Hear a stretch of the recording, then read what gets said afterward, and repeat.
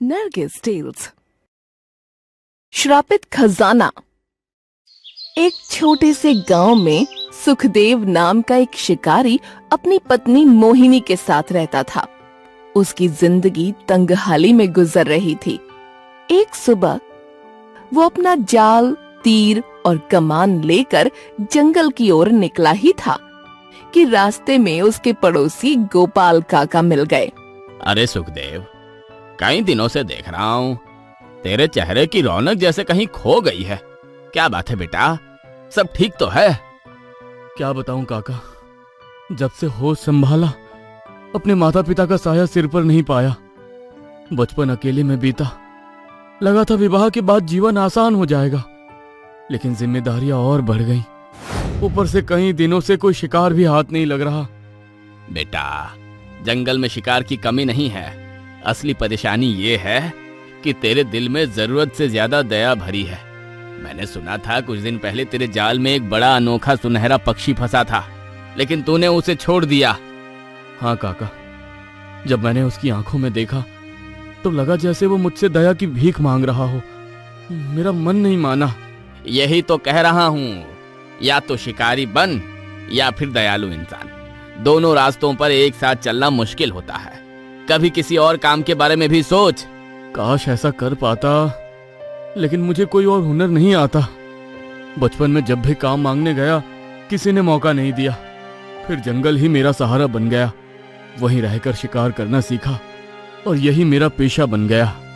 सुखदेव, जब तू बहुत छोटा था तब मुझे और गांव के मुखिया को जंगल में मिला था। तेरे माता पिता के बारे में आज तक किसी को पता नहीं चला। हम तुझे गांव में ले आए और पूरे गांव ने मिलकर तुझे बड़ा किया। कुछ देर तक दोनों बातें करते रहे। फिर सुखदेव अपने कदम जंगल की ओर बढ़ा गया। गोपाल काका की बातें बिल्कुल सच थीं। सुखदेव का अतीत रहस्य से भरा था। उसे नहीं मालूम था कि उसके माता पिता कौन थे और वो जंगल में कैसे पहुंचा था। उसी सोच के साथ वो दिन भर जंगल में भटकता रहा। उसने कई जगह जाल बिछाए, लंबे समय तक प्रतीक्षा की, लेकिन शाम ढलने तक उसके हाथ कुछ नहीं लगा। निराश मन से उसने अपना सामान समेटा और घर लौट आया। जब मोहिनी ने सुखदेव को खाली हाथ लौटते देखा तो उसके चेहरे की चिंता और गहरी हो गई। ये क्या सुखदेव, कई दिनों से यही देख रही हूँ। सुबह उम्मीद लेकर जाते हो और शाम को मायूस होकर लौटते हो। आज भी किस्मत ने साथ नहीं दिया, जाल खाली ही रह गया। लेकिन ऐसे कब तक चलेगा? घर में बस आज भर का अनाज बचा है। अगर कल भी कुछ हाथ न लगा तो बड़ी कठिनाई खड़ी हो जाएगी। पत्नी की चिंता सुनकर सुखदेव की आंखें भर आईं। अरे ये क्या, आपकी आंखों में आंसू क्यों है? इसलिए कि मैं तुम्हें वो जीवन नहीं दे पाया जिसकी तुम हकदार हो।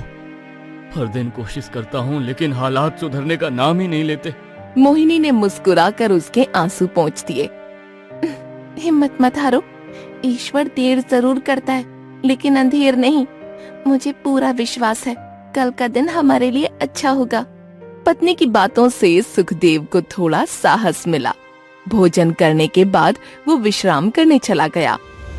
अगली सुबह सूरज निकलते ही सुखदेव फिर जंगल पहुंच गया।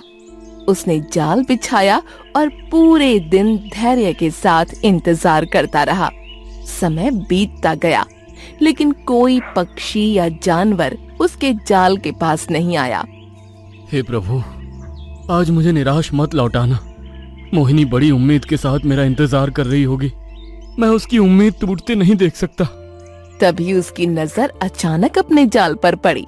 वहाँ एक जंगली हंस फंसा हुआ था। आखिरकार कुछ तो मिला। आज घर खाली हाथ नहीं लौटना पड़ेगा। लेकिन अगले ही पल उसने देखा कि हंस की आंखों में नमी छलक रही थी। उसे देखकर सुखदेव का मन पिघल गया। मित्र, अगर हालात इतने कठिन ना होते तो मैं अभी तुझे मुक्त कर देता, लेकिन इस समय मैं बहुत मजबूर हूँ। घर की हालत ठीक नहीं है। शायद तुझे बेचकर कुछ अनाज जुटा सकूं। मुझे जाने दो, कृपया करके मुझे आजाद कर दो। मनुष्य जैसी आवाज सुनते ही सुखदेव के होश उड़ गए। वो कुछ पल तक स्तब्ध खड़ा हंस को देखता रहा। ये कैसे संभव है? एक हंस इंसानों की तरह कैसे बोल सकता है? डरने की जरूरत नहीं, मैं कोई साधारण हंस नहीं बल्कि एक मायावी हंस हूँ। मुझे मुक्त कर दो। कहीं तुम कोई दुष्ट शक्ति तो नहीं? नहीं, मैं वैसा कुछ नहीं हूँ। मैं कौन हूँ ये अभी नहीं बता सकता। मेरे ऊपर एक बंधन है। सुखदेव कुछ देर सोचता रहा, फिर उसके चेहरे पर एक अलग ही भाव उभरा। अगर ऐसा है तो शायद मेरी किस्मत खुल गई है। मैं समझा नहीं, तुम्हारा क्या मतलब है? मतलब साफ है, साधारण हंस की कीमत कम होती है, लेकिन बोलने वाले मायावी हंस की कीमत बहुत ज्यादा होगी। कोई ना कोई तुम्हें अवश्य खरीदेगा। ये सुनकर जंगली हंस निराश हो गया। लगता है सच बताकर मैंने गलती कर दी। अब जो भी हो, मैं इतना जान गया हूँ कि तुम साधारण हंस नहीं हो। इतना कहकर सुखदेव ने हंस को संभाला और उसे साथ लेकर अपने घर की ओर चल पड़ा। घर पहुंचने के बाद सुखदेव ने जंगल में घटी पूरी घटना मोहिनी को विस्तार से सुनाई। वो स्वयं भी अभी तक उस बोलने वाले हंस के रहस्य को समझ नहीं पाया था। क्या ये सच है? क्या तुम वास्तव में इंसानों की तरह बात कर सकते हो? क्यों? क्या तुम्हारे पति ने तुम्हें मेरी बात नहीं बताई, या फिर तुम्हें उनकी बातों पर भरोसा नहीं है? अभी भी समय है, मुझे मुक्त कर दो। हंस की आवाज सुनते ही मोहिनी कुछ पल के लिए सिहर उठी। ये तो सचमुच मनुष्य की तरह बोल रहा है। यही तो मेरी परेशानी है। पहले सोच रहा था इसे बाजार में बेच दूं, लेकिन अगर ये वहां सबके सामने बोलने लगा तो लोग घबरा जाएंगे। समझ नहीं आ रहा कि इसे कहां ले जाऊं। मोहिनी कुछ देर तक सोचती रही। एक उपाय है, इसे साहूकार के पास ले जाओ। उसे दुर्लभ पक्षी रखने का बड़ा शौक है। हो सकता है वो इसके अच्छे दाम दे दे। नहीं, वहां नहीं। साहूकार का स्वभाव मुझे बिल्कुल पसंद नहीं। मुझे भरोसा नहीं है कि वो मेरे साथ न्याय करेगा। तो फिर मुखिया जी के पास क्यों नहीं जाते? मुखिया जी वैसे भी मेरे ऊपर बहुत उपकार कर चुके हैं। मैं उनसे ऐसी कोई मांग नहीं कर सकता, और फिर उनके पास इतना धन भी नहीं है। तो फिर आखिर क्या सोच रखा है? काफी देर से उनकी बातचीत सुन रहा जंगली हंस अचानक बोल पड़ा। यदि तुम्हें मुझे बेचना ही है तो किसी राजा या राजकुमार के पास ले जाओ। ऐसे लोग ही मेरे जैसे अद्भुत पक्षियों का महत्व समझ सकते हैं। ये सुनते ही सुखदेव के चेहरे पर उम्मीद की किरण चमक उठी। अरे वाह, ये तो मैंने सोचा ही नहीं था। लगता है तुमने मेरी बड़ी समस्या का हल बता दिया। कल सुबह मैं तुम्हें सीधे महाराज के दरबार में ले जाऊंगा। अगले दिन सूर्योदय होते ही सुखदेव जंगली हंस को लेकर राजा भानु प्रताप के भव्य राज दरबार में पहुंच गया। तुम देखने में शिकारी प्रतीत होते हो। बताओ, हमारे दरबार में किस उद्देश्य से आए हो और तुम्हारा नाम क्या है? प्रणाम महाराज, मेरा नाम सुखदेव है। मैं जंगल में शिकार की तलाश में गया था, जहां मुझे ये विचित्र हंस मिला। मैं चाहता हूं कि आप इसे खरीद लें। राजा भानु प्रताप पहले तो चौंके, फिर हल्का सा मुस्कुरा दिए। हमारे महल में पहले ही बहुत से दुर्लभ जीव है। एक साधारण हंस के लिए हम क्या करेंगे? इसे वापस ले जाओ। महाराज, ये साधारण हंस नहीं है। इसकी सबसे बड़ी विशेषता ये है कि ये मनुष्यों की तरह बोल सकता है। ये सुनते ही राजा भानु प्रताप का चेहरा गंभीर हो गया। क्या कहा? बोल सकता है? कहीं तुम बढ़ा चढ़ा कर तो नहीं कह रहे? यदि आपको संदेह है तो आप स्वयं इससे बात करके देख सकते हैं। यदि ये सच है तो स्वयं उत्तर दो। क्या तुम वास्तव में बोल सकते हो? जी महाराज, मैं आपकी बात समझ भी सकता हूँ और उसका उत्तर भी दे सकता हूँ। यदि उचित समझें तो इस शिकारी को उसका मूल्य देकर मुझे अपने पास रख लीजिए। पूरे दरबार में कानाफूसी शुरू हो गई। सभी आश्चर्यचकित थे। नहीं, हम ऐसा नहीं कर सकते। लेकिन महाराज, आखिर क्यों? क्योंकि ये साधारण बात नहीं है। किसी पक्षी का इस प्रकार बोलना रहस्य से भरा है। जब तक इसकी सच्चाई पूरी तरह स्पष्ट ना हो जाए, हम इसे अपने पास नहीं रख सकते। महाराज, मैं किसी के लिए खतरा नहीं हूँ। बस इतना जान लीजिए कि मैं एक मायावी हंस हूँ। संभव है तुम सच कह रहे हो, और यह भी संभव है कि पूरी कहानी कुछ और हो। बिना जाने समझे निर्णय लेना उचित नहीं होगा। राजा की बात सुनकर सुखदेव की उम्मीद टूट गई।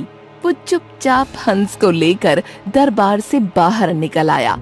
निराश मन से जैसे ही सुखदेव महल के मुख्य द्वार से बाहर निकला, तभी सामने से राजकुमार तेजस आते दिखाई दिए। कौन हो तुम? तुम्हें देखकर लगता है कि तुम जंगलों में रहने वाले शिकारी हो। जी राजकुमार, मेरा नाम सुखदेव है। मैं इस अद्भुत हंस को लेकर महाराज के पास आया था, लेकिन उन्होंने इसे खरीदने से मना कर दिया। अद्भुत हंस? आखिर इसमें ऐसी क्या विशेषता है? ये इंसानों की तरह बातें करता है। क्या सचमुच? यदि विश्वास ना हो तो स्वयं सुन लीजिए। इन्हें कुछ कहो। राजकुमार, सुखदेव सच कह रहा है। मैं आपकी तरह बोल सकता हूँ और आपकी बातें भी समझ सकता हूँ। ये सुनते ही राजकुमार तेजस की आंखों में उत्सुकता चमक उठी। अद्भुत! ऐसा पक्षी मैंने आज तक नहीं देखा। मुझे लगता है पिताजी ने जल्दबाजी में निर्णय ले लिया। राजकुमार कुछ क्षण सोचता रहा, फिर मुस्कुराकर बोला, चलो मेरे साथ वापस दरबार में चलो। मुझे विश्वास है कि यह हंस साधारण नहीं है। इतना कहकर राजकुमार तेजस सुखदेव और जंगली हंस को फिर से राज दरबार की ओर ले गया। पिताजी, मैं इस अद्भुत जंगली हंस को अपने पास रखना चाहता हूँ। तेजस, तुम ये क्या कह रहे हो? ये कोई साधारण पक्षी नहीं है। इसकी सच्चाई जाने बिना इसे महल में रखना उचित नहीं होगा। पिताजी, मुझे नहीं लगता कि ये किसी प्रकार की बुरी शक्ति है। मेरा मन कहता है कि ये एक मायावी हंस है। ऐसा अनोखा पक्षी जीवन में बार बार नहीं मिलता। राजकुमार के आग्रह को देखकर राजा भानु प्रताप कुछ देर तक सोचते रहे। अंततः उन्होंने निर्णय ले लिया। ठीक है, यह हंस अब राजकुमार तेजस के पास रहेगा। तुम अपना पुरस्कार लेकर जा सकते हो। सुखदेव के चेहरे पर खुशी लौट आई। वो स्वर्ण मुद्राएं लेकर अपने घर की ओर रवाना हो गया। इधर राजकुमार तेजस जंगली हंस को लेकर अपने निजी कक्ष में पहुंच गया। समय बीतने लगा। राजकुमार तेजस और जंगली हंस के बीच एक अनोखी मित्रता बन गई। दोनों घंटों बातें करते। हंस जंगलों की रहस्यमयी कहानियां सुनाता और राजकुमार बड़ी उत्सुकता से उन्हें सुनता। जंगल केवल पेड़ पौधों का नाम नहीं है राजकुमार। वहाँ ऐसे अनेक रहस्य छिपे हैं जिनके बारे में बहुत कम लोग जानते हैं। मैं तो जंगल का कोना कोना पहचानता हूँ। सच? फिर तो तुमने बहुत कुछ देखा होगा। इतना जरूर देखा है कि मैं एक ऐसी गुफा के बारे में जानता हूँ जिसके भीतर सदियों पुराना खजाना छिपा हुआ है। क्या ये सच है? बिल्कुल। मैं तुम्हें कोई झूठी कहानी नहीं सुना रहा। अगर वहाँ सचमुच खजाना है तो अब तक किसी ने उसे खोजा क्यों नहीं? क्योंकि वो गुफा जंगल की ऐसी गहराई में है जहाँ बहुत कम लोग पहुँच पाते हैं। रास्ता कठिन है और अधिकतर लोग वहाँ तक जाने का साहस नहीं जुटा पाते। क्या तुम मुझे उस स्थान तक ले जा सकते हो? अवश्य, यदि तुम चाहो तो मैं तुम्हें वहाँ तक पहुँचा सकता हूँ। तो फिर निश्चय रहा, कल प्रातः हम दोनों उस गुफा की ओर चलेंगे। उसी रात राजकुमार तेजस अपने पिता के कक्ष में पहुंचा और जंगली हंस द्वारा बताई गई पूरी बात उन्हें सुनाई। पिताजी, उस हंस ने मुझे जंगल की एक प्राचीन गुफा के बारे में बताया है। उसका कहना है कि वहाँ बहुत बड़ा खजाना छिपा है। ये सुनकर राजा भानु प्रताप गहरी सोच में डूब गए। तेजस, मुझे उस हंस पर शुरू से ही भरोसा नहीं रहा है। हो सकता है उसकी बात सच हो, लेकिन यह भी संभव है कि उसके पीछे कोई और रहस्य छिपा हो। लेकिन पिताजी, मेरी बात ध्यान से सुनो। उसकी बातों में आकर जंगल की गहराई में जाने का विचार मत करना। मुझे ये सब कुछ साधारण नहीं लगता। सावधानी बरतना ही बुद्धिमानी है। अपनी बात कहकर राजा भानु प्रताप वहाँ से चले गए, जबकि राजकुमार तेजस के मन में कई प्रश्न उठने लगे। कुछ देर बाद राजकुमार तेजस अपने कक्ष में लौट आया। उसके चेहरे पर निराशा साफ दिखाई दे रही थी। क्या बात है? जाते समय तो बड़े उत्साहित थे, लेकिन लौटे हो तो बहुत उदास दिखाई दे रहे हो। मैंने सोचा था कि पिताजी ये समाचार सुनकर प्रसन्न होंगे, लेकिन हुआ इसके विपरीत। उन्होंने मुझे सावधान रहने की सलाह दी। तो उन्हें अभी भी मुझ पर भरोसा नहीं है? शायद नहीं।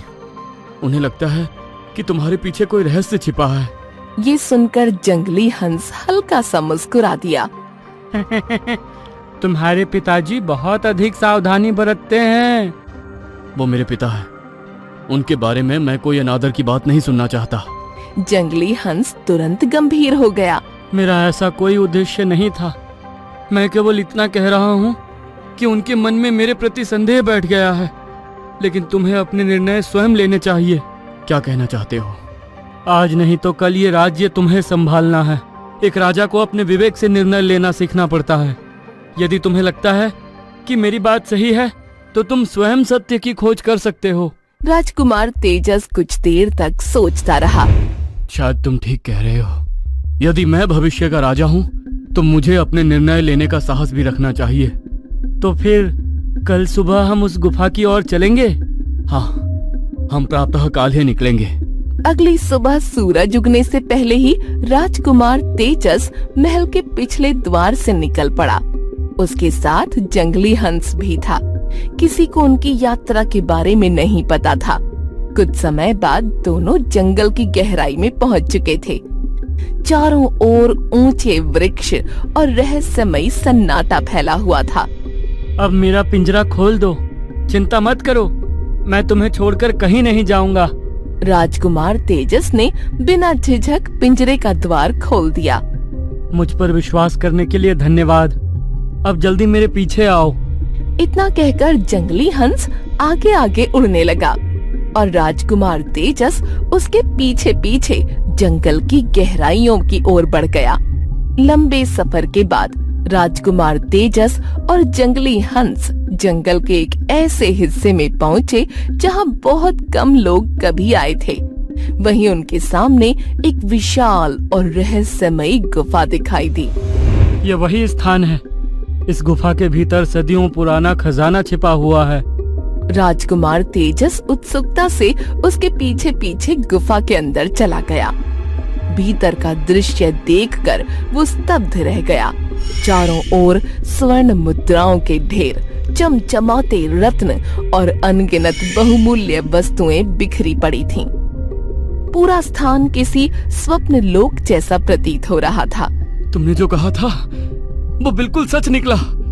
जब पिताजी इस खजाने को देखेंगे तो बहुत प्रसन्न होंगे। तभी उसकी नजर कुछ विचित्र आकृतियों पर पड़ी।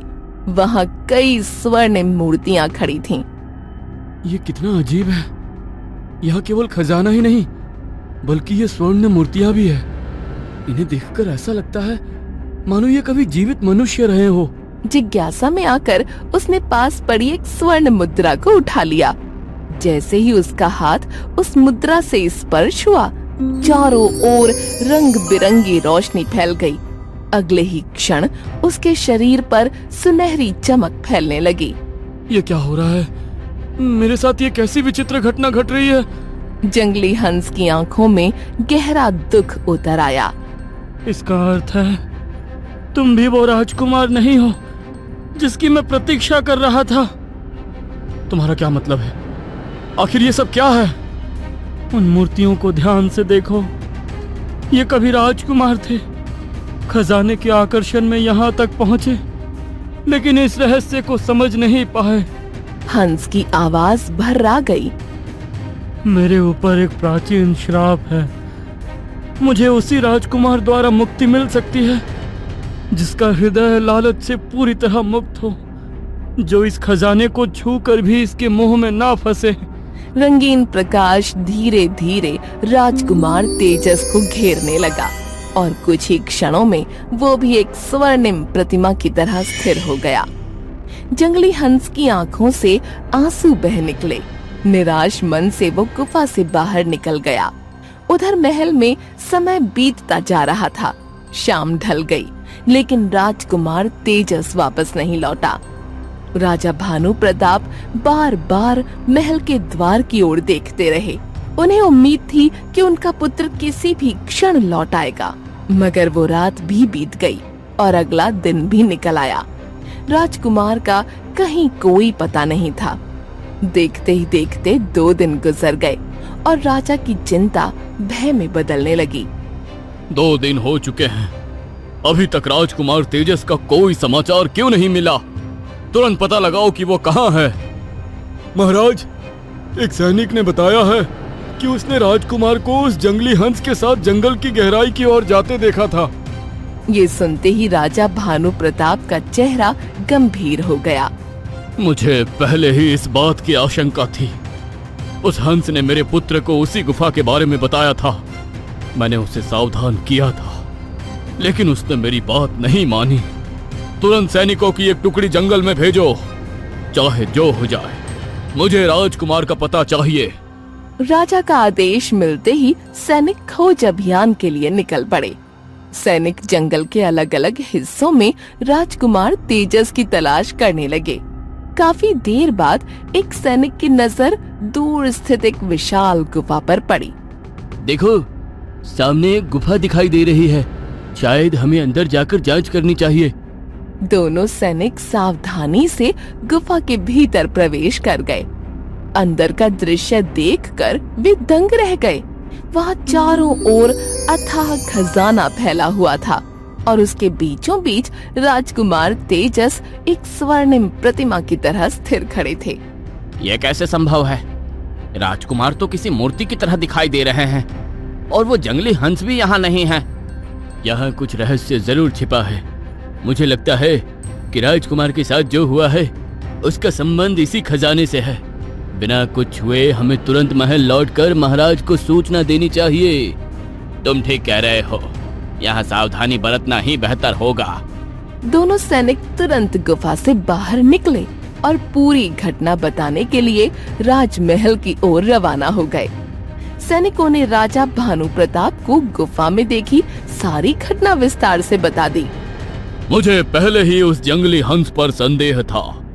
लगता है उसी की वजह से मेरा पुत्र इस मुसीबत में फंस गया। सैनिकों, तुरंत उस शिकारी सुखदेव और उसकी पत्नी को महल में लेकर आओ। कुछ देर बाद सैनिक सुखदेव और उसकी पत्नी मोहिनी को राज दरबार में ले आए। महाराज, आखिर हमें यहाँ किस कारण बुलाया गया है? राजा भानु प्रताप ने पूरी घटना सुखदेव को बता दी। मेरा पुत्र एक रहस्यमय श्राप में फंस चुका है और वो जंगली हंस भी कहीं दिखाई नहीं दे रहा। अब इस रहस्य का समाधान तुम्हें ही ढूंढना होगा। मैं तुम्हें 2 दिन का समय देता हूँ। यदि तुम राजकुमार को वापस नहीं ला पाए तो मोहिनी को राजकीय कारागार में रहना पड़ेगा। ये सुनकर सुखदेव घबरा गया। नहीं महाराज, ऐसा मत कीजिए। मैं अभी जंगल जाऊंगा और उस हंस को खोज निकालूंगा। इतना कहकर सुखदेव तुरंत जंगल की ओर निकल पड़ा। सुखदेव पूरे जंगल में जंगली हंस को ढूंढता रहा। काफी देर बाद उसे वो एक सुनसान स्थान पर दिखाई दिया। सुखदेव जाल डालने ही वाला था कि हंस बोल पड़ा। मुझे दोबारा कैद मत करो। मैं जानता हूँ कि तुम मुझे क्यों ढूंढ रहे हो। तुम्हारी वजह से मेरी पत्नी बड़ी मुसीबत में फंस गई है। महाराज ने मुझे केवल 2 दिन का समय दिया है। अगर मैं राजकुमार तेजस को वापस नहीं ला पाया तो मोहिनी को भी इसकी सजा भुगतनी पड़ेगी। ये सुनकर जंगली हंस उदास हो गया। तब तो समय बहुत कम है। यदि जल्दी कोई उपाय नहीं मिला तो तुम्हारी पत्नी भी कठिन परिस्थिति में पड़ सकती है। आखिर तुम्हारा मतलब क्या है? जंगली हंस ने कुछ क्षण सुखदेव को देखा। मेरे साथ चलो। अब समय आ गया है कि तुम्हें पूरी सच्चाई पता चले। जंगली हंस सुखदेव को उसी रहस्यमयी गुफा में ले गया। वहां पहुंचकर सुखदेव की आंखें आश्चर्य से फैल गईं। राजकुमार तेजस स्वर्णिम प्रतिमा की तरह स्थिर खड़े थे और चारों ओर अनमोल खजाना बिखरा हुआ था। ध्यान से सुनो। यहाँ जितनी भी स्वर्ण प्रतिमाएं दिखाई दे रही हैं, ये कभी अपने अपने राज्यों के राजकुमार थे। जंगली हंस धीरे धीरे सारी सच्चाई बताने लगा। मैं वर्षों से राजकुमारों को यहाँ लाता रहा, लेकिन कोई भी इस परीक्षा में सफल नहीं हुआ। कुछ देर बाद सुखदेव ने एक स्वर्ण मुद्रा उठाई। अचानक उस मुद्रा से रंग बिरंगी किरणें निकलीं और सीधा जंगली हंस पर पड़ी। अगले ही क्षण वो एक सुंदर राजकुमार में परिवर्तित हो गया। ये कैसे संभव हुआ? मैं भी यही सोच रहा हूँ। तुम तो एक साधारण शिकारी हो, फिर तुम्हारे स्पर्श से मेरा श्राप कैसे टूट गया? उसी समय रंगीन प्रकाश राजकुमार तेजस पर भी पड़ा और वो अपनी वास्तविक अवस्था में लौट आया। गुफा में मौजूद बाकी स्वर्ण प्रतिमाएं भी फिर से जीवित राजकुमारों में बदल गईं। तभी गुफा में तेज प्रकाश फैला और वहाँ तपस्वी महाराज प्रकट हो गए। तपस्वी महाराज, आप? हाँ राजकुमार रणवीर, अब समय आ गया है कि सत्य सबके सामने आए। राजकुमार तेजस और सुखदेव ध्यान से उनकी ओर देखने लगे। जिस युवक को तुम शिकारी समझ रहे हो, वो वास्तव में कोई साधारण शिकारी नहीं है। आपका क्या मतलब है? तपस्वी महाराज राजकुमार तेजस की ओर देखकर बोले। ये युवक तुम्हारा बड़ा भाई है।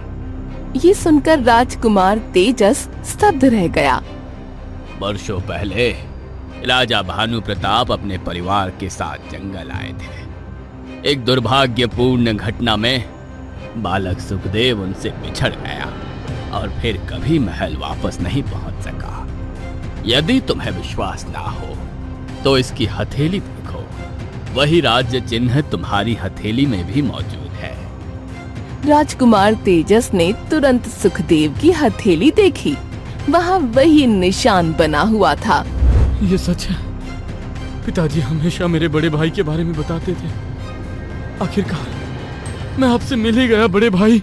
दोनों भाइयों की आंखें नम हो गईं। लेकिन तपस्वी महाराज, ये राजकुमार कौन है और इसको श्राप क्यों मिला? करीब 100 वर्ष पहले राजकुमार रणवीर ने अपनी प्रजा की भलाई से मुंह मोड़ लिया था। उसने अपना सारा खजाना इस गुफा में छिपा दिया और लोगों की सहायता करना छोड़ दिया। तब उसे मेरे गुरु ने श्राप देकर उसे जंगली हंस में परिवर्तित कर दिया।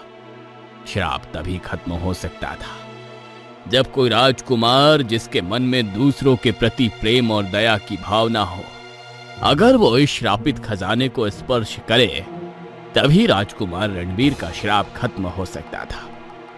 और सुखदेव की वजह से राजकुमार के ऊपर लगा श्राप खत्म हो गया, क्योंकि सुखदेव एक राजकुमार ही है। ये बात अलग है कि उसकी परवरिश गरीबी में हुई। ये खजाना अब सुखदेव का है। सुखदेव, इस धन का उपयोग हमेशा लोगों की भलाई और जरूरतमंदों की सहायता के लिए करना। इतना कहकर राजकुमार रणवीर प्रकाश की किरणों में विलीन हो गया। तपस्वी महाराज भी अदृश्य हो गए। बाकी सभी राजकुमार अपने अपने राज्यों की ओर लौट गए। राजकुमार तेजस सुखदेव को लेकर महल पहुंचा और पूरी घटना राजा भानु प्रताप को बता दी। सच्चाई जानकर राजा भानु प्रताप भावुक हो उठे और उन्होंने सुखदेव को गले लगा लिया। पुत्र, हमें तो ये पता नहीं था कि तुम हमारे अपने बेटे हो। अनजाने में हमने तुम्हारे साथ कठोर व्यवहार किया, हमें क्षमा कर दो। राजा भानु प्रताप ने मोहिनी को सम्मान पूर्वक मुक्त कराया और उससे भी क्षमा मांगी। कुछ समय बाद सुखदेव वो खजाना महल ले आया। उसने उस धन का उपयोग प्रजा की भलाई, गरीबों की सहायता और राज्य के विकास में किया। धीरे धीरे सुखदेव और मोहिनी का जीवन सुख, सम्मान और समृद्धि से भर गया और वो अपने परिवार के साथ खुशी खुशी रहने लगे। अगर आपको ये कहानी पसंद आई हो तो हमारे चैनल को सब्सक्राइब जरूर करें और कमेंट में बताएं कि आपको ये कहानी कैसी लगी। आपका समर्थन हमें ऐसी और बेहतरीन कहानियां लाने के लिए प्रेरित करता है।